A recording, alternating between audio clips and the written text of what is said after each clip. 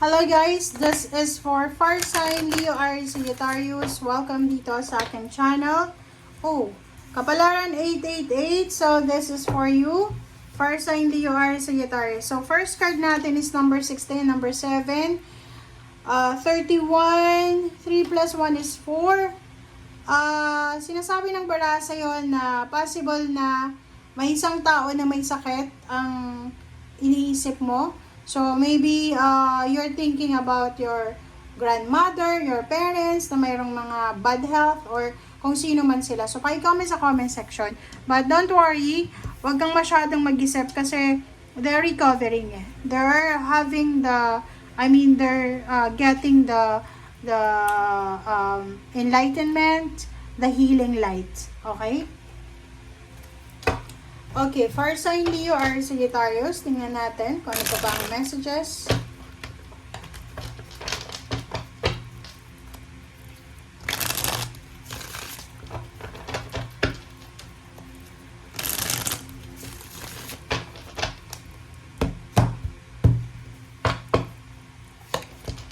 Okay, so this is some news.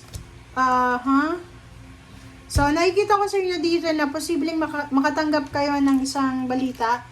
And this news will, like may mga problema ka siguro. Or marami kang dala-dala sa puso mo. Ang dami-dami mo mga iniisip, kung ano pa man. And sinasabi ng barasa dito na posibleng ikaw ay makatanggap ng balita na pwedeng magdala sa'yo ng kalma. Medyo kakalma ka because of the news. Okay. But be careful, wag tayong masyadong mabilis gumawa ng aksyon. Sinasabi sa'yo dito ng Page of Swords na kailangan mong magdahan-dahan sa lahat ng mga solusyon, actions, or mga movement na gagawin mo. Dito naman, Fire Sign, sinasabi ng bara sa'yo na this one is new beginning. So, maybe you're planning to relocate, or maybe you're planning to move, or to change address, or change work, or job, or business. Nakikita natin dito yung mga magsisimula. So, ang pinaka-focus na pwedeng magsimula dito is maybe may sisimulan kang negosyo. Kung ikaw ay freelancer or business person, pwedeng ikaw ay may ilo-launch na business. And ang business na to ay posibleng mag-grow siya, and pwedeng siya yung magdala sa'yo na siya yung parang mag-o-open ng opportunities and possibilities para sa'yo. Okay? So, lumabas ka daw sa comfort zone mo. So, sinasabi ng bara sa'yo dito, Fire Sign Leo Aries Sagittarius, na kinakailangan mong magdesisyon kung gusto mong makaalis sa sitwasyon mo. Like, for example, kung nasa entrapment ka, or sa kung ano pa man na stagnant na situation, sinasabi ng barahan na huwag mong sayangin ang panahon, ang oras. You need to decide as soon as possible. Okay, 9 of Swords. Sinasabi ng barahan sa'yo dito na ihanda mo ang sarili mo para sa mga susunod na mga pagsubok na posibleng pumasok sa buhay mo. And yun na nga, be strong, be courageous, and be patient sa kung ano man yan na trials and tribulations na pwedeng mangyari. Okay?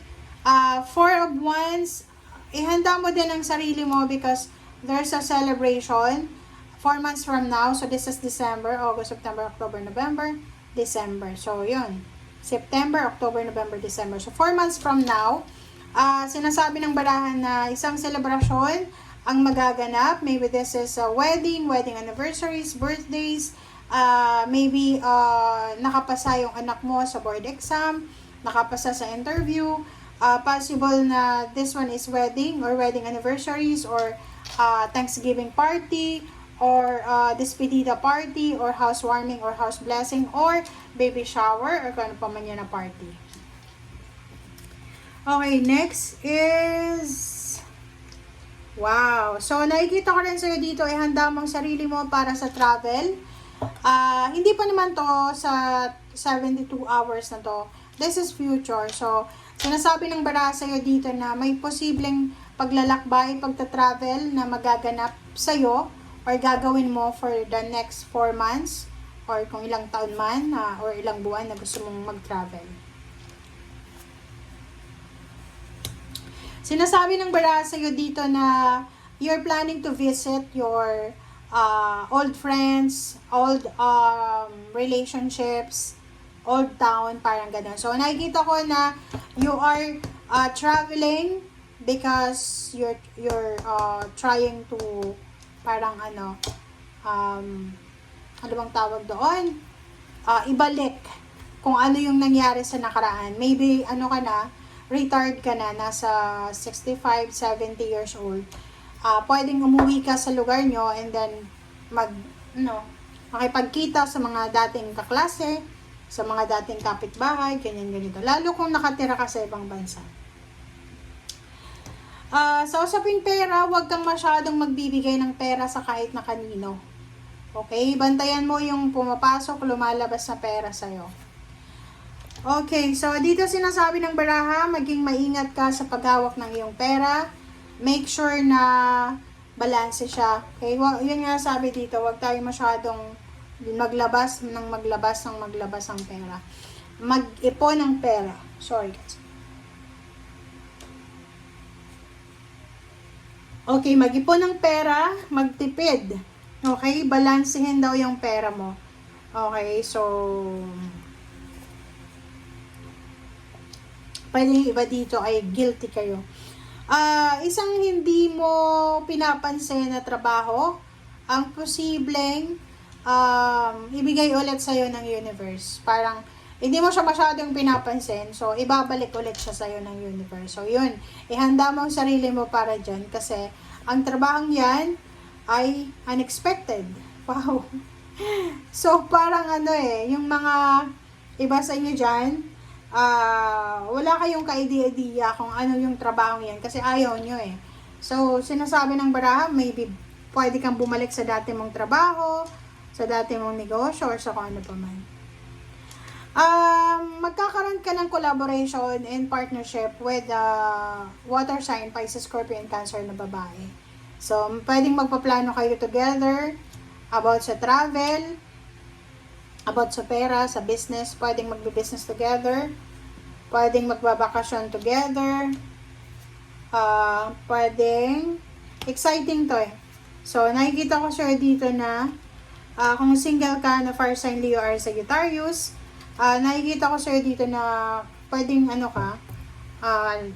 babae or lalaki, makatagpo ka ng karelasyon, or makatagpo ka ng isang tao na pwedeng maging karelasyon, water sign and earth signs, and posibleng humantong to sa kasal or pwedeng humantong to sa commitment. Okay, thank you guys. Bye!